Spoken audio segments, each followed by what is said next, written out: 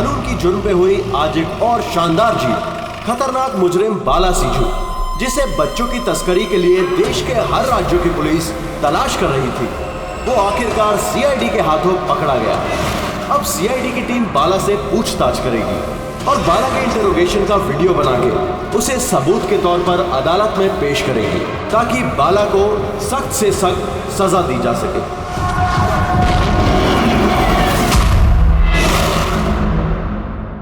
एक कप चाय ही मिलेगी? ये बच्चे कहाँ जिन्हें तूने बेचा है? मैंने किसी बच्चे को नहीं बेचा। बच्चे देश में है या विदेश में? मेरी चाय कहाँ है एसीपी साहब?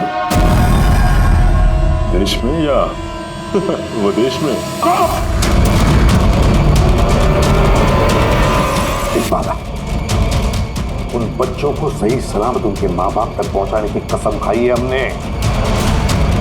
अगर उनको कुछ हुआ ना, तो तेरे साथ वो करेंगे जो तू सपने में भी सोच नहीं सकता।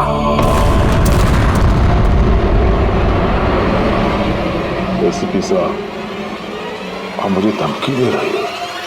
हाँ? शुक्र मना हम लोग हैं तो सिर्फ बात कर रहा है।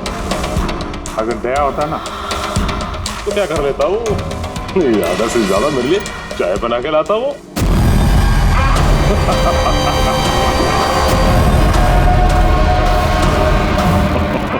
नीचे जा। अरे मैडम जी, आप ही मेरे लिए चाय बना के ले।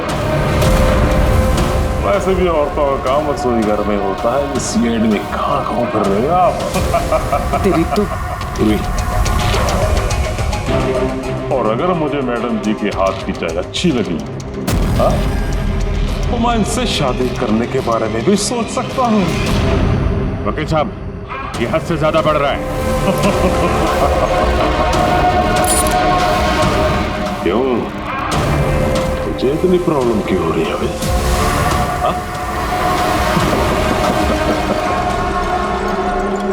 तेरा इस मैडम के साथ कोई चक्कर वक्कर है क्या? ये आपने क्या किया? मेरे क्लाइंट पे हाथ उठाया आपने?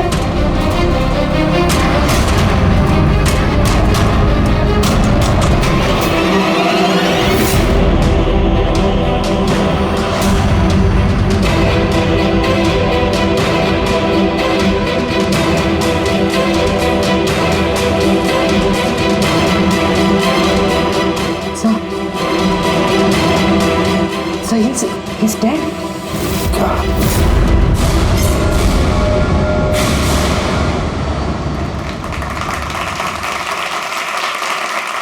Good evening ladies and gentleman and welcome to सवाल जवाब। मैं आपका होस्ट अभय कुमार आपका स्वागत करता हूं। आज का विषय या डिबेट है कि क्या हमारे देश में कानून के रखवाले कानून से बड़े? आप सब लोग ने हाल ही में इस केस के बारे में सुना होगा, जहां सीआईडी के सीनियर इंस्पेक्टर मिस्टर अभिजीत पर बाला नामक एक क्रिमिनल की मौत का इल्जाम लगाया गया। इसलिए आज हमारे साथ मौजूद है खुद senior inspector Abhijeet from the CID bureau, उनके साथ ही ACP Pradyuman ji, welcome sir, और senior inspector Daya CID bureau से। हमारे पैनलिस्ट हैं ex army officer mister Ranveer, ex IB officer Sanjeet ji और एक्स जज मिस मंदिरा, और साथ ही हैं क्राइम के सीनियर एडिटर मदन कुमार जी, और साथ में मौजूद हैं और सीनियर जर्नलिस्ट और ह्यूमन राइट एक्टिविस्ट। तो मैं शुरू करना चाहूंगा ह्यूमन राइट एक्टिविस्ट से। कहिए, इस केस के बारे में आपका क्या कहना है? इनके जैसे ऑफिसर्स की वजह से ही कानून का नाम खराब हो रहा है इस देश में। बिल्कुल ठीक। हाथ में गन या ताकत क्या आ जाती है, इन्हें लगता है कि अपने मनमर्जी करेंगे और मानव अधिकार की धज्जियां उड़ा देते हैं इन जैसे कानून के रखवाले। हाँ, मैं तो कहता हूँ कि इन पुलिस वालों से गन ही वापस ले लेनी चाहिए। गन चलाने की नैतिकता क्या होती है इन लोगों को समझ में नहीं आती। जी, मैं तो ये कहूंगा कि ये लोग सिर्फ राई का पहाड़ बना रहे हैं। बाला सीआईडी वालों के साथ बदतमीजी कर रहा था। अब ऐसे में अगर हाथ उठ भी गया तो इसका मतलब ये तो नहीं है ना कि अभिजीत पर खूनी बनने का ठप्पा ही लगा दें आप लोग। और किसी मुजरिम से होता गलती से एक खून तो क्या आप उसे छोड़ देते हैं या फिर कोई आम इंसान से? नहीं ना। तो फिर जो नियम आम इंसान पे लागू होता है वो इन सीआईडी वाले पे क्यों ना हो? मिस मंदिर, आप कब से चुप बैठी हैं? इस विषय के बारे में आप क्या कहना चाहेंगे? अभी जी मैं चुप इसलिए हूँ क्योंकि जिस सीआईडी टीम की बहादुरी की मिसालें लोग देते हैं उनको आज यहाँ अपमान करना ठीक है क्या? देखिए, मेरे हिसाब से इस बहस का कोई अंत नहीं कि अभिजीत सही है या गलत। ये सब अपने अपने नजरिए पे डिपेंड करता है। अब मैं बात करना चाहूंगा एसीपी प्रद्युमन जी से, जिनका लंबा करियर जो देश के प्रति जिम्मेदारी और फर्ज से भरा हुआ है। इस केस में आप किसका साथ देंगे? सीआईडी के अभिजीत जी का या फिर कानून का? देखिए, आज तक मैं हमेशा कानून का साथ देता आया और आगे साथ देता रहूंगा। इंसाफ होके रहेगा और मैं ये कहने का किसी को भी मौका नहीं दूंगा कि कानून हम सीआईडी वालों के लिए अलग है और आम लोगों के लिए अलग। जब तक इंक्वायरी कमीशन का डिसीजन नहीं आता तब तक सीनियर इंस्पेक्टर अभिजीत सीआईडी की ड्यूटी से सस्पेंड रहेंगे।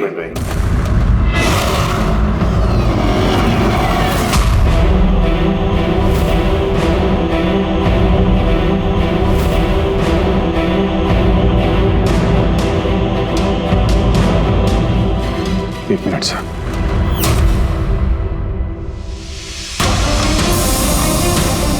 तो मेरे बारे में लोग क्या कहते हैं इससे मुझे कुछ फर्क नहीं पड़ता। अभी आपके मुंह से जो कुछ सुना बहुत तकलीफ हो रही है सर।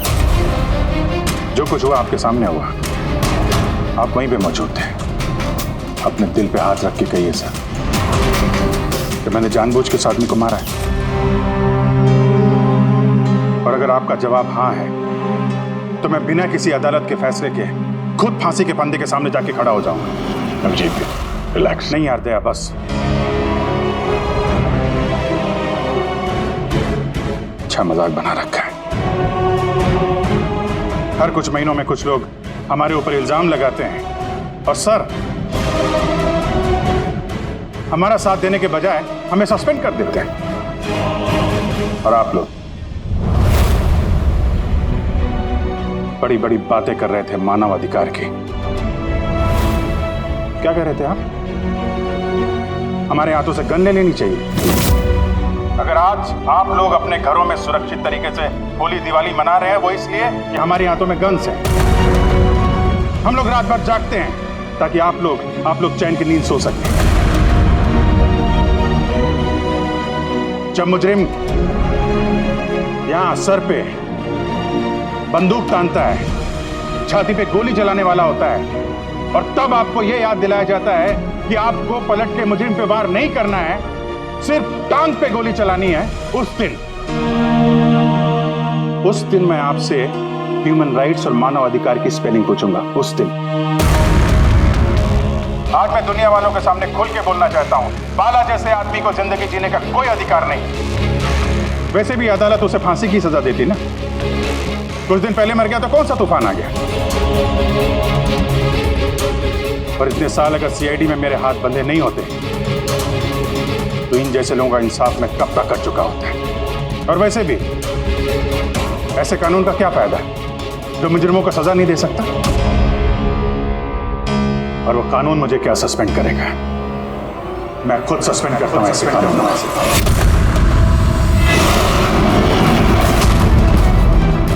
दिल में जज्बा और जेब में इस्तीफा लेकर हमेशा घूमता हूं मैं।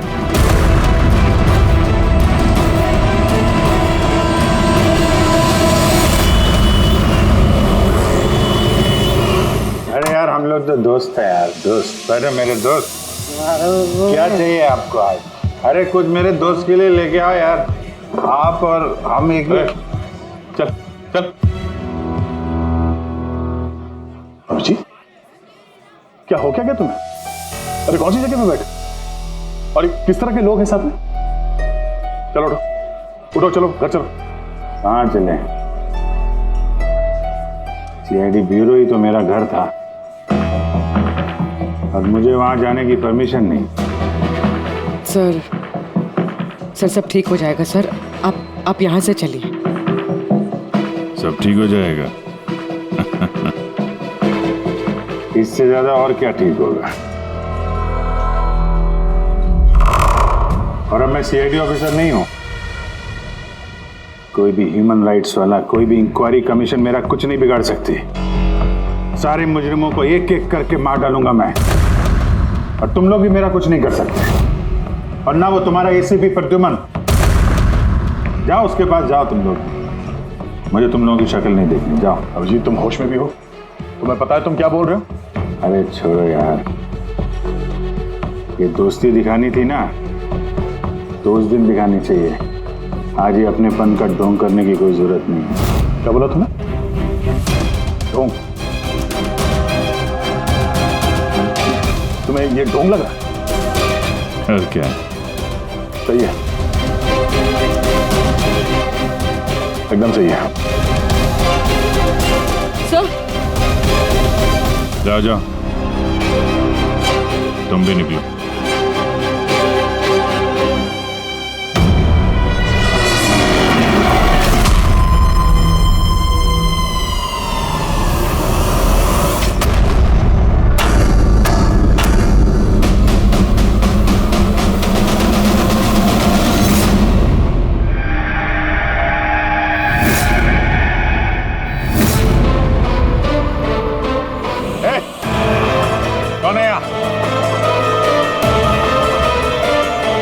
पट्टी क्यों बांध रखी है? बोलो मुझे, कहां लेके आ गए? कौन हो तुम लोग? खोलो मुझे।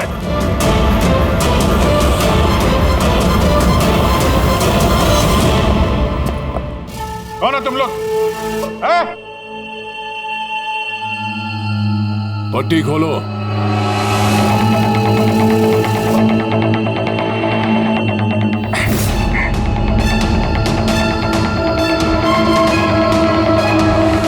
जानते हो किसे किडनैप किया तुमने? एक सीआईडी अभिजीत, अब तुम एक सीआईडी ऑफिसर नहीं रहे। सीनियर इंस्पेक्टर अभिजीत सीआईडी की ड्यूटी से सस्पेंड रहेंगे। डरो मत, तुम्हें हमसे कोई खतरा नहीं। हमें अपना दोस्त समझो। दोस्त? आखिर हो कौन तुम लोग? सब पता चल जाएगा अभिजीत कि हम कौन हैं और तुमसे चाहते क्या हैं। वहां अंधेरे में छुप के क्यों खड़े हो? हिम्मत है तो सामने आओ। हम अंधेरे में इसलिए हैं क्योंकि ये देश और समाज रोशनी में हमें हमारा काम करने नहीं देता। क्या मतलब? हम भी तुम्हारी तरह कानून के रखवाले हैं, लेकिन तुम कानून के दायरे में रह के काम करते हो और हम उसके बाहर।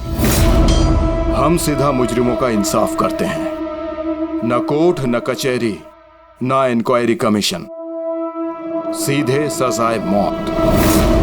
एक मिनट, ये तुम लोग क्या कह रहे हो? मैं कुछ समझ नहीं पा रहा हूं। पहचानते हो इसे? ये तो मालविका है, कहने को सोशलाइट, लेकिन कई आतंकवादी गतिविधियों से जुड़ी हुई है ये। Good, next. Rangan Banga real estate का बिजनेस दिखाने के लिए और उसकी आड़ में ड्रग्स का लेन देन। विलियम? ये तो विलियम है। 7 मर्डर का इल्जाम है इसके ऊपर। That's right. मगर मुझे क्यों दिखा रहे हो इनकी तस्वीरें?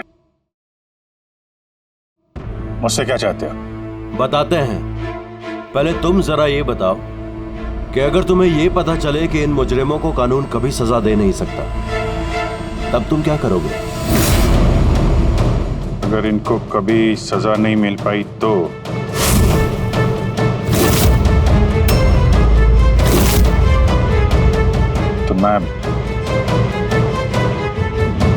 मैं खुद मार दूंगा इनको।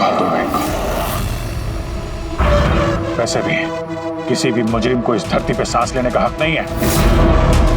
सबको कुचल के मार देना चाहिए, सबको। Very good. तुम्हारे अंदर हम यही जोश और जुनून देखना चाहते थे। हम तुम्हारा दर्द समझ सकते हैं अभिजीत। अगर बाला गलती से मारा भी गया तो क्या फर्क पड़ता है, था तो वो एक मुजरिम ही नहीं। अब तुम ही बताओ अभिजीत, इतने सालों की ड्यूटी का ये जो सिला मिला है तुम्हें, क्या ये ठीक है? इनके जैसे ऑफिसर्स की वजह से ही कानून का नाम खराब हो रहा है इस देश में। और मानव अधिकार की धज्जियां उड़ा देते हैं इन जैसे कानून के रखवाले। हाथ में गन या ताकत क्या आ जाती है? इन्हें लगता है कि अपनी मनमर्जी करेंगे। नहीं, बिल्कुल ठीक नहीं है।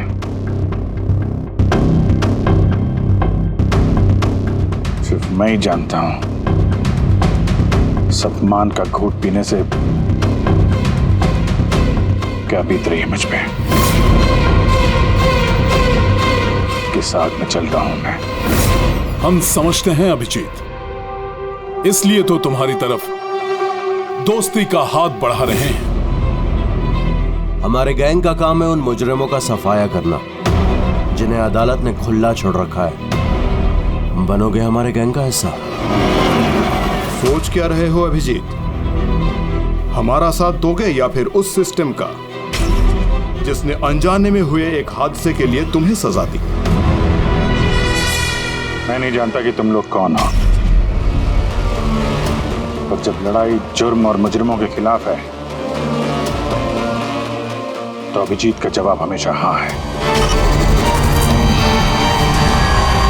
और इससे पहले तुम्हें अपनी वफादारी की परीक्षा देनी होगी।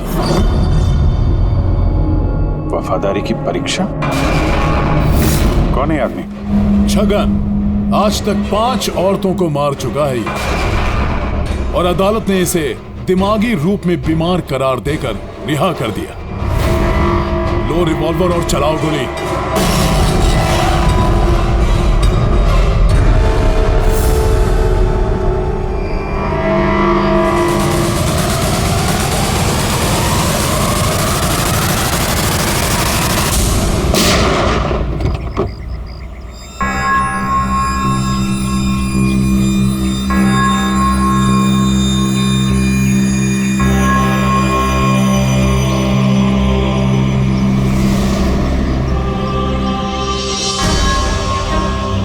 हमारी फ़ोन का इंतज़ार कीजिएगा। और हाँ, जो आपको तकलीफ हुई ना उसके लिए सॉरी। और एक बात ध्यान में रखिएगा, फ़ोन हमेशा अपने साथ रखिएगा। अगर बाथरूम जाना है तो भी।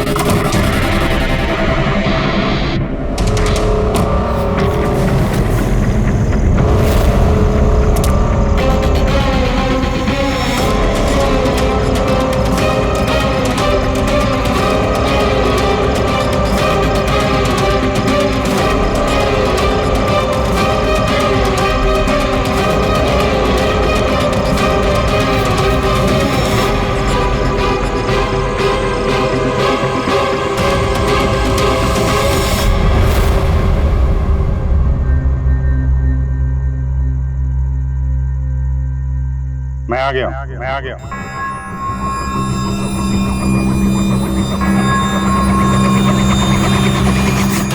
हमारा अंदाजा सही निकला। मतलब जो कहानी हमने फैलाई थी वो मान लिया उन लोगों ने, और चारा ही क्या था। जिस जाल में वो लोग फंसे हैं उसे हमने 1 महीने पहले ही फेंका था। सर, इतने खतरनाक मुजरिमों का एक के बाद एक ऐसे खून हो जाना, ये संयोग नहीं हो सकता सर। सर, इन सब मुजरिमों का ये नया दुश्मन कहाँ से आ गया? आ गया या आ गए, इन पांचों का कोई एक ही दुश्मन होना जरा मुश्किल लगता है। पर सर, अलग अलग दुश्मन है तो फिर सबने एक साथ हमला कैसे किया? पूरी लोग अलग अलग हो सकते हैं, लेकिन गैंग एक ही है, मकसद भी एक ही, बुरे लोगों का खात्मा करना। लेकिन कानून को अपने हाथ में लेकर अलग अलग शहरों पे अलग अलग टाइम पे खून करना, इतनी लंबी प्लानिंग किसी एक आदमी के बस की बात तो नहीं है। बिल्कुल ठीक कह रहे हो अभिजीत। लगता है कुछ मिल गया तुझे, हैं? हाँ बस। क्या? बस इसमें कोई एक खूनी नहीं है, क्योंकि अधिकतर हर एक खूनी का खून करने का अपना एक खास पसंदीदा तरीका होता है, लेकिन यहाँ पर ऐसा नहीं है। ये देखो, इसे गोली मारी गई है, गोली बहुत दूर से मारी गई है, लेकिन गोली सीधी जाकर के दिल में लगी है, 1 इंच भी इधर उधर नहीं। दूसरा, इसे मार्शल आर्ट के किसी एक खास मूव से मारा गया है, बहुत ही खतरनाक, एक झटके में चित। और ये तीसरा मर्डर? ये तीसरा, इसे जहर से मारा गया, एक खास नुकीली चीज से जहर इंजेक्ट किया गया है सीधा आर्टरी, जहर तुरंत खून में मिल गया और ये खत्म।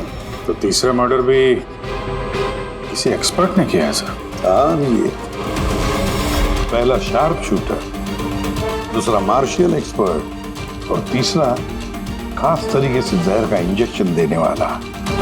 ये जो भी है, इन्होंने अलग अलग तरीके से जान लेने की ट्रेनिंग पाई है, जैसे कोई स्पेशल एजेंट। और शायद इस गैंग में इस तरह की सोच रखने वाले और भी लोग शामिल होंगे जो समाज से मुजरिमों को मिटाना चाहते हैं। सर, अगर ये लोग इतने एक्सपर्ट हैं तो ना ही कोई सुराग छोड़ेंगे, ना ही कोई पहचान। इन तक पहुंचेंगे कैसे?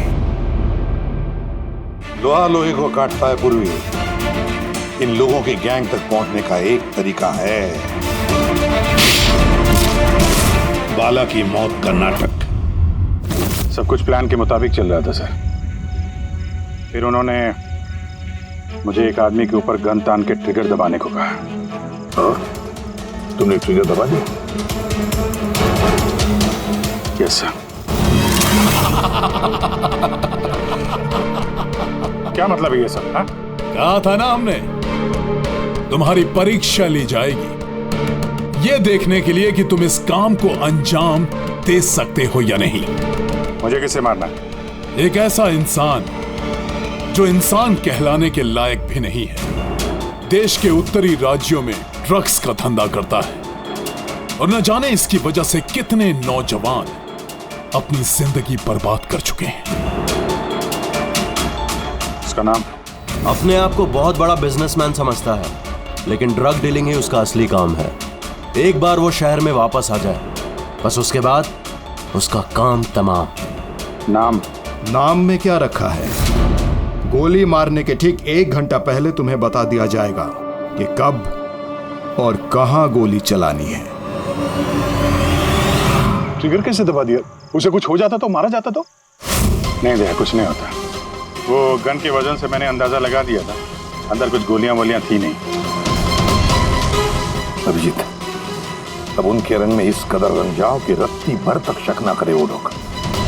यही एक तरीका है उन तक पहुंचने का। लेकिन इसके पहले वो कुछ बड़ा अंजाम करें। अगर हम उनके अड्डे तक पहुंच जाएं और उन्हें वहां गिरफ्तार कर लें तो? अगर उनके अड्डे तक पहुंचेंगे कैसे? तुम्हारे आंखों पर तो पट्टी बांध रखी थी। पट्टी बंधी थी दया, लेकिन उनके अड्डे से घर पहुंचने तक मैंने रास्ते को अच्छी तरीके से महसूस किया है, और जो कुछ मुझे लगा मैंने इस पेन ड्राइव पर रिकॉर्ड किया है। ये मेरे कपड़े हैं, जूते हैं, इनसे भी शायद कुछ मदद मिले उनके अड्डे तक पहुंचने के लिए। सर, जो भी करना है जल्दी करना होगा। कभी भी मुझे वो फोन आ सकता है ड्रग डीलर को मारने के लिए। मैं नहीं चाहता कि ऐसा कोई काम करूं जिसकी इजाजत मुझे देश का कानून नहीं देता। जब तक कानून नहीं कहे हम किसी की जान नहीं ले सकते, फिर वो चाहे मुजरिम ही क्यों ना हो।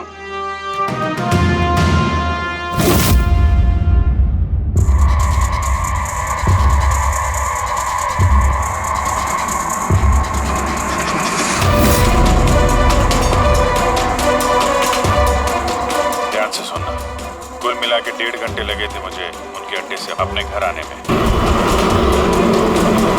कार की स्पीड 60 के ऊपर नहीं गई होगी। 15 मिनट गाड़ी ट्रैफिक जाम में फंसी हुई थी। 10:15 उस वक्त मुझे किसी की अर्थी जाती हुई सुनाई थी। और हाँ, जब हम अड्डे से निकले थे तो वहाँ कहीं मंदिर में आरती हो रही थी लाउड स्पीकर पर। और कुल मिला के 6 ट्रैफिक सिग्नल पे गाड़ी रुकी थी और कुछ 5 फ्लाईओवर्स थे और हर फ्लाईओवर को क्रॉस करने में करीब 40 से 45 सेकंड लगते। रेलवे स्टेशन और एक फ्लाईओवर के नीचे रेलवे स्टेशन था जहाँ पे ट्रेन की अनाउंसमेंट हो रही थी। सर आप अंदर। सर ये देखिए, अनिकेत कुमार सर। सीबीआई ने अभी थोड़े दिन पहले इससे बातचीत भी की थी। सर देश के कई जगहों पर ये ड्रग्स का धंधा करता है। अभी कहाँ है? सर वो फ्रेडी सर देख रहे हैं। सर ये पैडी है, धान। ओह, ये पैडी है। वो जो तुम अभिजीत की कमीज पर से लेके आई थी वो रेशा, वो एक गनी बैग का रेशा, किसी बोरे का।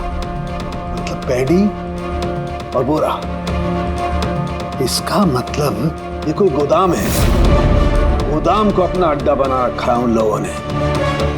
कोई ऐसा गोदाम जहां पर अनाज रखा जाता है या फिर कोई ग्रेन मिल।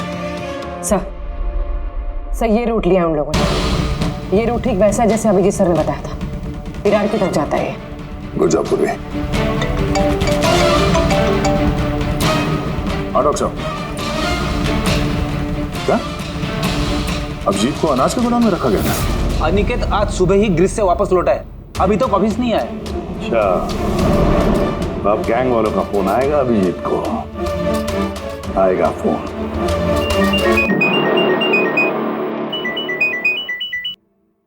हेलो, आपके लिए एक खुशखबरी है अभिजीत सर। जिस घड़ी का आपको इंतजार था वो आ गई है।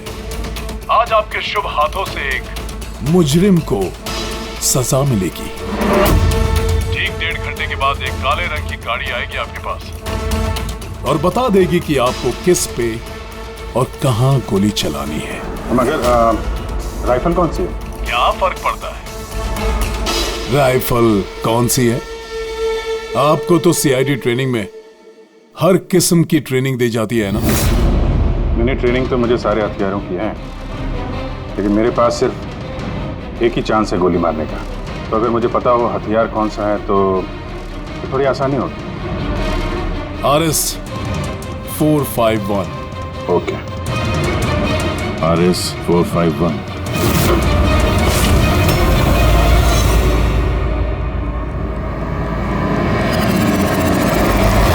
ये क्या कह रहे हैं आप? मेरी जान को खतरा है। फिर तो मैं कहीं जाऊंगा ही नहीं, घर के अंदर ही छुप के बैठूंगा मैं। सारी मीटिंग्स कैंसिल। अनिकेत, घर में छुप कर बैठने से कोई फायदा नहीं होगा। उन लोगों ने ठान लिया है तुम्हें मारने का और वो मार कर ही रहेंगे तुम्हें। आप कुछ कीजिए ना, आप लोग सीआईडी वाले हैं, बचा लीजिए मुझे। बचा लेंगे हम तुम्हें। सिर्फ इस बार गोली हमारा ऑफिसर तुम पर चलाएगा। तुम्हारे इन कपड़ों के अंदर एक बुलेट प्रूफ जैकेट होगा और कुछ खून के पैकेट्स। अगर निशाना इधर उधर चला गया तो? अगर गोली सर पर लग गई तो? कुछ नहीं होगा, क्योंकि गोली भी नकली होगी। और हाँ, तुम्हें तुम्हारे कर्मों की सजा जरूर मिलेगी, मगर पहले हम तुम्हारे जरिए उस मास्टरमाइंड को पकड़ेंगे। अब बताओ, मीटिंग के लिए कहाँ जाने वाले थे तुम? अगली मीटिंग 1 घंटे में है। एक मॉल के बाहर एक प्रोडक्ट लॉन्च है। मॉल के बाहर? हेलो, मुझे लगता है मिशन कैंसिल करना पड़ेगा। मगर क्यों? बाला जिंदा है।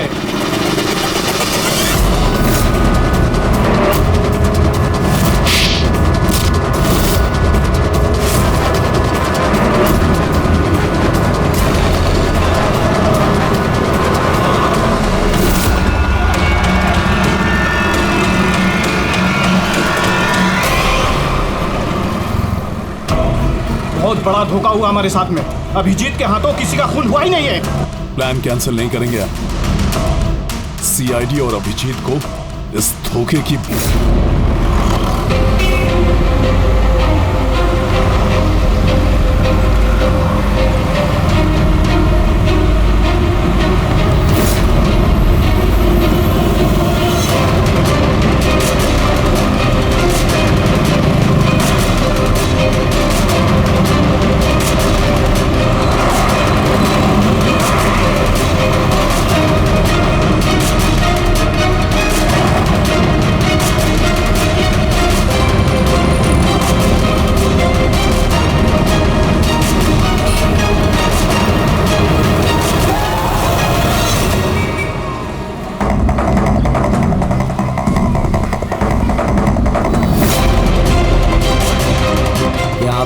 आर्मी आने वाला है।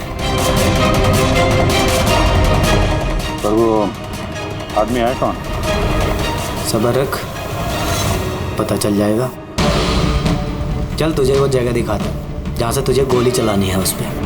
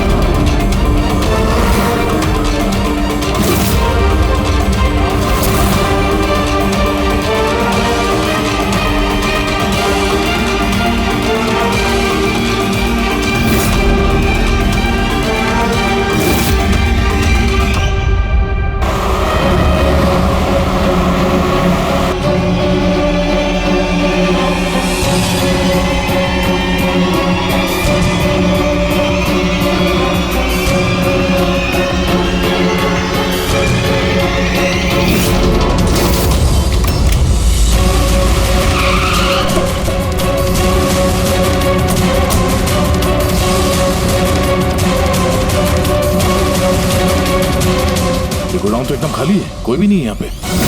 हाँ सर, ये वो गोदाम तो नहीं लग रहा है जिसे हम ढूंढ रहे हैं। ओ भाई साहब, कौन है आप लोग? क्या चाहिए? मैं यहाँ पे काम करता हूँ। ये गोडाउन को इस्तेमाल कर रहा था क्या? नहीं तो पिछले 2 साल से बंद पड़ा हुआ है और ये गोदाम हमारे बॉस को बेचना है। अब क्या खरीदने आए? अगर ये वो गोडाउन नहीं है तो फिर कौन सा गोडाउन है?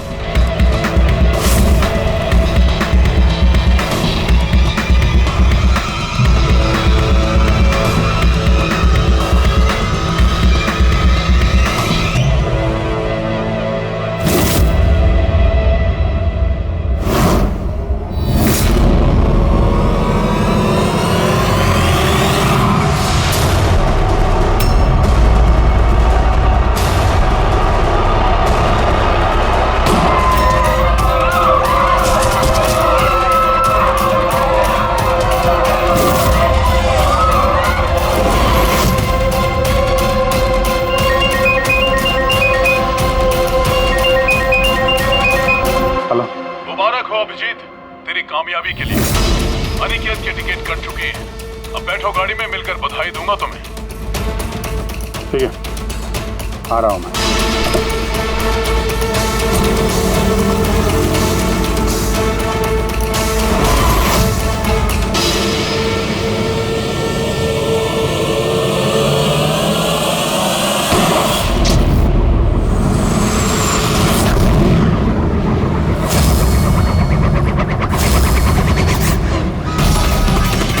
पंकज, पूरा छोड़ना नहीं। Oh no sir. क्या हुआ? सर मुझसे एक गलती हो गई। वो तिलक नगर वाला गोदाम में सो गया। सर ये देखिए सर, वहाँ पर भी मंदिर है, स्मशान है, फ्लाईओवर है और रेलवे ट्रैक है। कहीं ये वही गोदाम तो नहीं है? कितनी दूर है यहाँ से? सर ट्रैफिक है तो 40-45 मिनट लगेगा। सर मुझे को पता था हमारे प्लान का। अभिजीत सर नकली गोली चलाने वाले थे। अभिजीत की जान को खतरा है, दया को फोन करना होगा। दया, देखो अनिकेत पर किसने गोली चलाई है, असली गोली। हाँ, अभिजीत की जान को खतरा है। उनके आईडी का पता चल गया? नहीं सर, ढूंढ रहा हूँ। जल्दी जल्दी दया, टाइम नहीं है हमारे पास।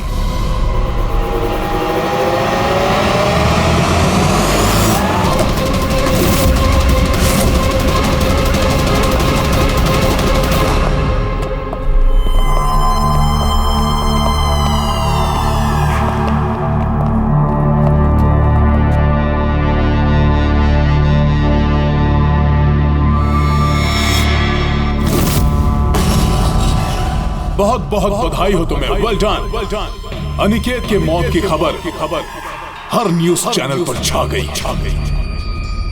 और अब तुमने हमारा विश्वास जीत लिया है। इसलिए अब हम अंधेरे से रोशनी में आकर तुमसे अपनी पहचान करवाएंगे।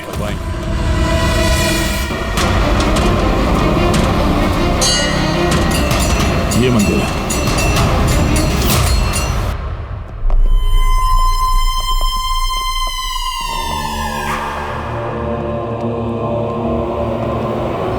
हमारे पैनलिस्ट हैं एक्स आईबी ऑफिसर संजीत जी,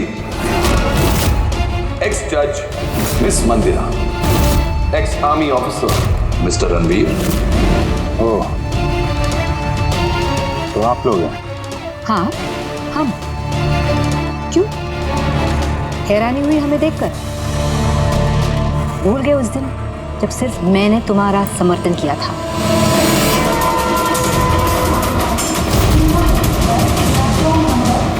ये रेलवे स्टेशन। अभिजीत, हम सबका मकसद एक है, जुर्म का सफाया। मगर आपके ये चौथे साथी,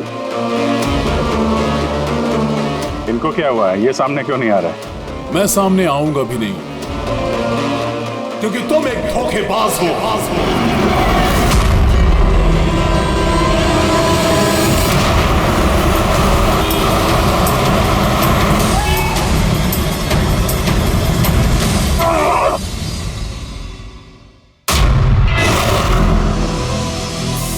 बाला जिंदा है?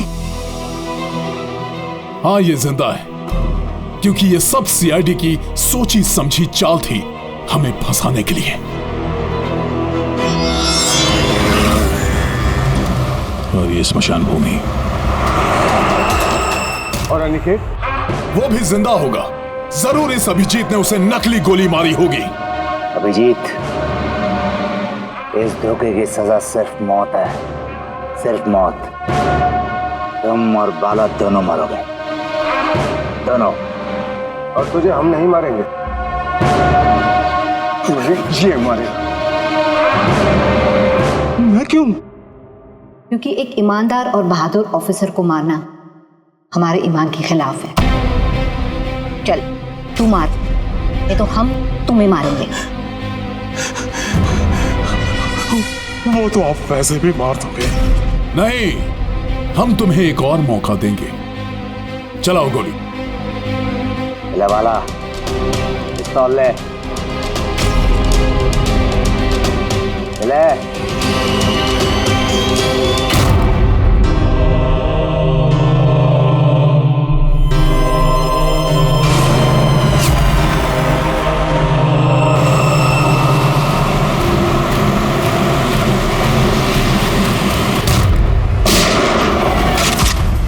कोई नहीं भागेगा। चल। मैं आपका होस्ट अभय कुमार। हम लोगों ने जो कुछ भी किया उसका हमें बिल्कुल अफसोस नहीं। हम लोग भी देश के लिए कुछ करना चाहते थे, जैसे आप लोग करना चाहते हो। देश के लिए कुछ कर गुजरना बड़ी अच्छी बात है, पर जो रास्ता तुम लोगों ने अपनाया ना, वो गलत है, कानून के खिलाफ है। तो कानून कौन सा 100% परफेक्ट है? ये वही कानून है जिसके चलते इतने सारे मुजरिम समाज में आजाद घूम रहे हैं। उस अनिकेत को भी आपने बचा लिया ना? हाँ, अनिकेत को हमने बचा लिया, सिर्फ गोलियों से, कानून से नहीं, समझे? रही बात परफेक्शन की, तो 100% परफेक्ट कुछ भी नहीं होता है, इसे बनाना पड़ता है। आप लोगों का तरीका क्या परफेक्ट है? क्या गारंटी है इस बात की अपनी सनक के चलते तुम लोगों ने सिर्फ गुनहगारों को ही मारा है, किसी निर्दोष को नहीं? अब उसी अदालत के सामने जाकर अपनी शिकायत पेश करना, उस अदालत से जिससे तुम इतने परेशान हो। अब वही अदालत तुम्हारा इंसाफ भी करेगी। अब पता चलेगा तुम लोगों को कि अपने देश के कानून की मर्यादा का एहसास क्या होता है। केस बड़ा ही पेचीदा था सर। हाँ, तो मुजरिम भी तो पकड़े गए और एक केस खत्म। चलो भाई, घर नहीं जाना क्या? मगर अभी एक अपराधी को पकड़ना बाकी है। क्यों दया? Hello CID. कौन है आप लोग? क्या चाहिए? मैं विक्रांत हूँ, टाइम टीम से। हमें यहाँ की तलाशी लेनी है, ये सर्च वारंट है। तलाशी?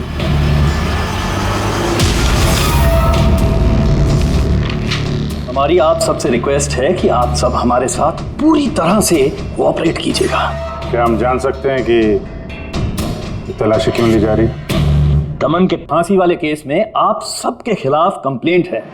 कि आप सबने एविडेंस के साथ छेड़छाड़ की थी। दया हमारे पास है, हमारी जेल में। तो अगर दया को बचाना चाहते हो तो पहले मेरे भाई को बचाना होगा, वरना ठीक 4:30 बजे ना सिर्फ मेरे भाई को फांसी होगी बल्कि सीनियर इंस्पेक्टर दया भी फांसी पर चढ़ेगा। तलाशी शुरू करो। आप सबके फोन रिकॉर्ड्स भी चेक किए जा रहे हैं। अब आप सब पे कड़ी नजर रखी जाएगी।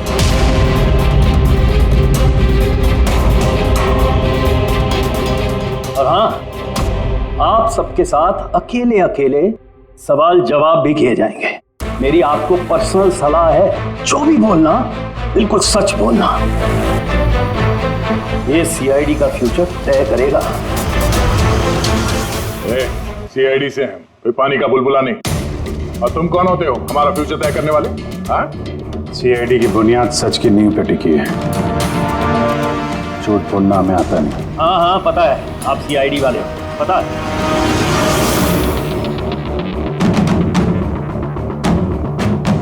लेकिन आप जो भी हो, कानून से ऊपर नहीं हो। और अब वक्त आ गया है कि आपको कानून की याद दिलाई जाए। क्या पता है हमें, हम कानून से ऊपर नहीं, पर हम कानून के रखवाले हैं। कानून के रखवाले हम सीआईडी वाले, और हम गर्व से कहते कि हम सीआईडी वाले हैं। और हमारे खून का एक एक कतरा सीआईडी को और इस देश को समर्पित है।